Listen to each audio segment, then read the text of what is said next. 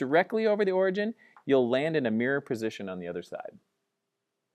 In fact, you could take all the points on this upper portion of this, what looks like maybe a cubic graph, and if you rotate them over the origin, you will get the corresponding graph on the bottom.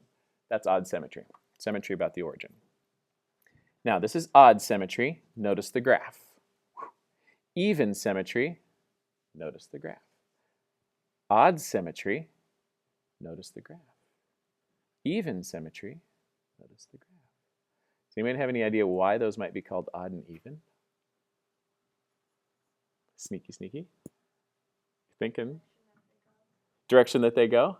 Do you remember what kind of function this might be? This was odd symmetry type one? I'm going to say x to the, and you take a guess. First, kind of like that.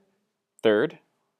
First kind of is just a straightened version of that, but yeah, it looks like that. Third looks like this, maybe fifth. I'm going to put ish. An odd power. And then what's maybe an x to the second or fourth or something like that? So it's even powered on there. Yeah, even symmetry means you're dealing with an even powered function. And odd, you're doing with that odd powered function. Yes. Yeah, you got the idea. Down below, if we keep on a rolling, are some functions that we definitely need to see. Okay. This is deep, important deep. F of x equals x squared minus 3. It's not that deep, but I want to make it sound cool. We already know what the graph looks like, and we'll do that last. I want to show you the algebraic checking functions for symmetry, even, odd, or neither, and I'm going to check it algebraically. So that's what we're doing, not just checking it any old way. We can do the graph, and you probably could tell me in each case what kind it was, because you're that sharp. But I want to do it algebraically. Let's say you don't have the graph, don't know how to graph. That'd be a bummer. Okay. This test is the following. If you put in negative x into your function f of x, you substitute in negative x, if you get out the exact same thing, the exact same function, you have even symmetry. So what this means is if I do f of negative x, that means put negative x into the function, and you still get out f of x just like it didn't change anything, that means you have even symmetry. A is an example of this. Let me show you. Negative x, square it, take away 3.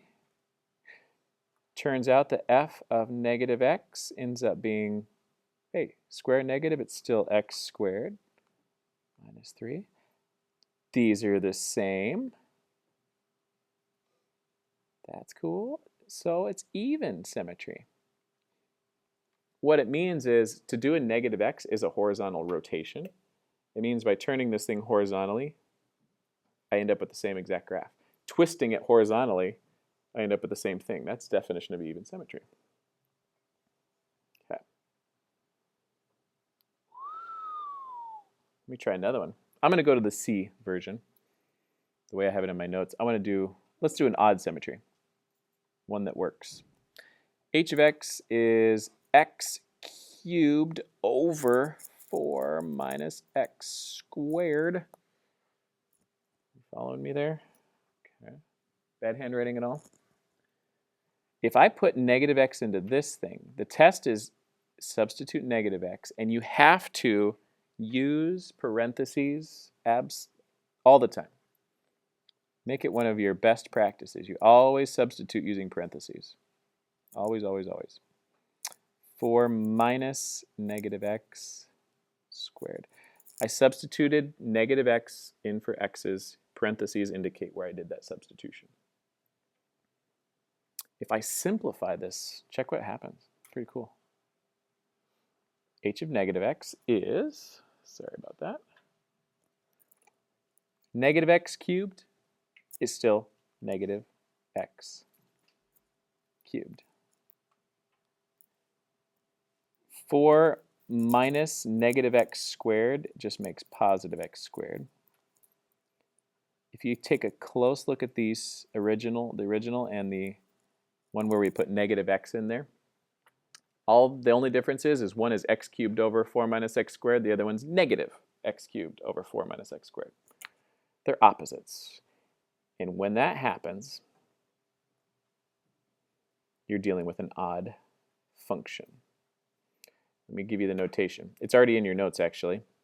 But odd happens when f of x, or f of negative x, that means putting in negative x, results in getting the opposite sign of f of x. It ends up just being the same thing but negative, or positive, whatever it's just a different sign. Okay, that's up there in those notes. Those are examples of odd and even. Here's a neither. Neither, if you prefer. If you say neither, you're probably the kind that says symmetry.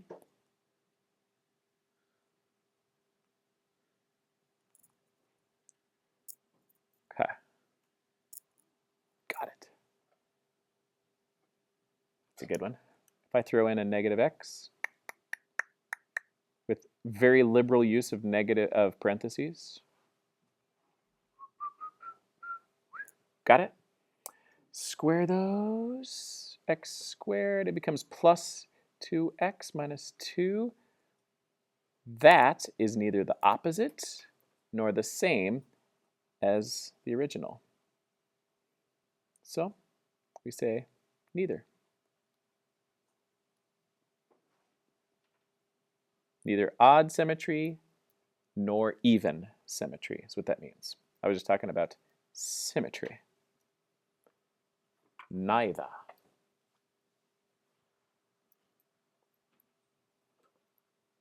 Oh yeah. Keep rolling. Asymptotes. We've done vertical asymptotes. That's when we were, those x values that cause the function to be undefined.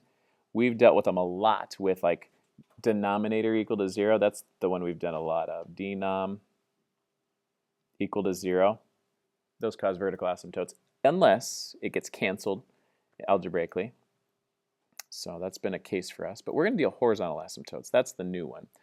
Let me say, if n represents the degree of a numerator, this will help make our notes more efficient. The top, right? Numerator is the top.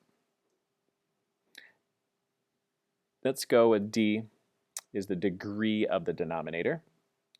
The n stands for numerator. Isn't that clever?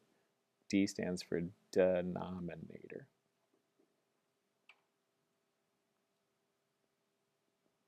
I have to confess, I didn't come up with that, actually. It wasn't my idea.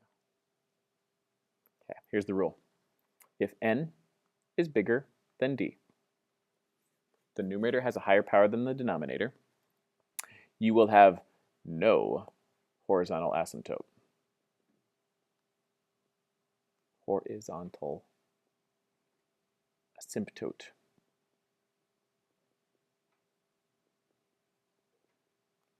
All right.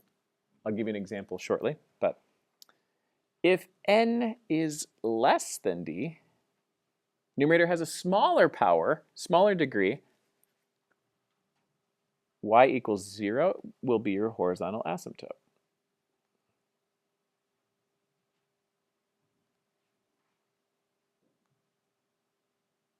Okay.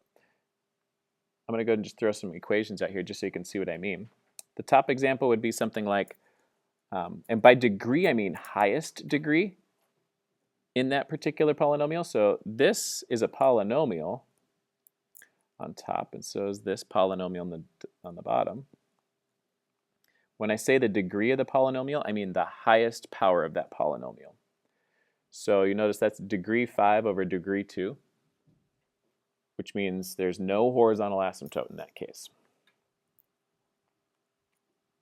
If the other case is true, so you've got like x squared plus 2x minus 1 over x to the 4th plus 5. Notice the denominator has a higher power. The degree is higher. Asymptote, horizontal asymptote at 0. That's the two big cases. If they're equal, then it's the ratio of the leading coefficients that determines where the asymptote is. So let me show you that. Ratio of leading coefficients. So an example would be 5x cubed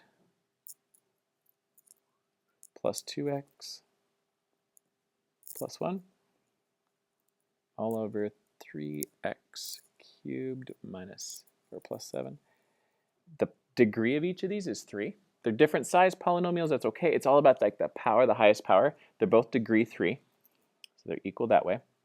But what we get for a horizontal asymptote, I usually call it the HA, happens at y equals 5/3, which is the ratio of these leading coefficients, the numbers next to the highest power. Which one?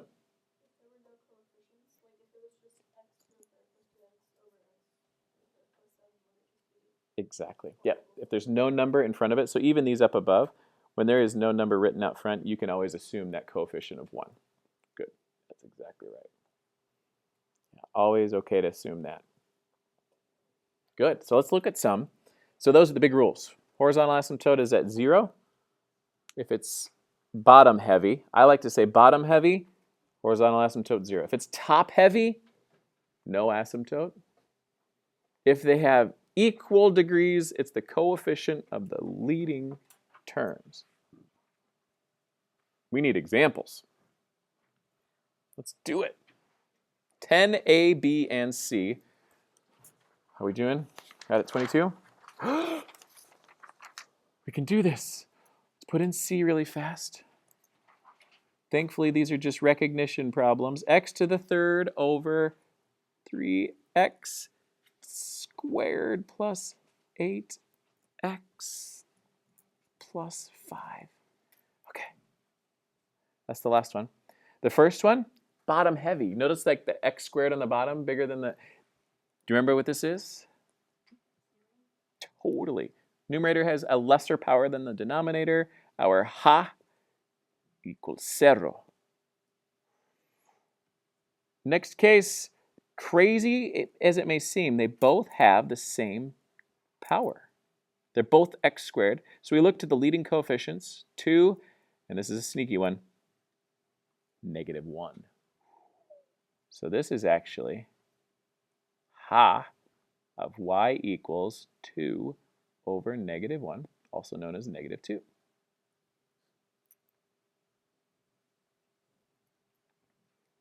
Last one, top heavy. Numerator greater than the denominator. No ha.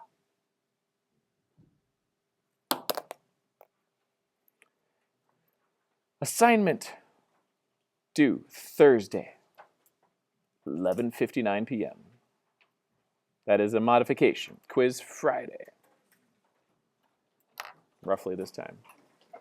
Thanks, y'all. That was good. That's a lot of territory, but we made it through 1-2. And you can ask me millions of questions. I hope you do.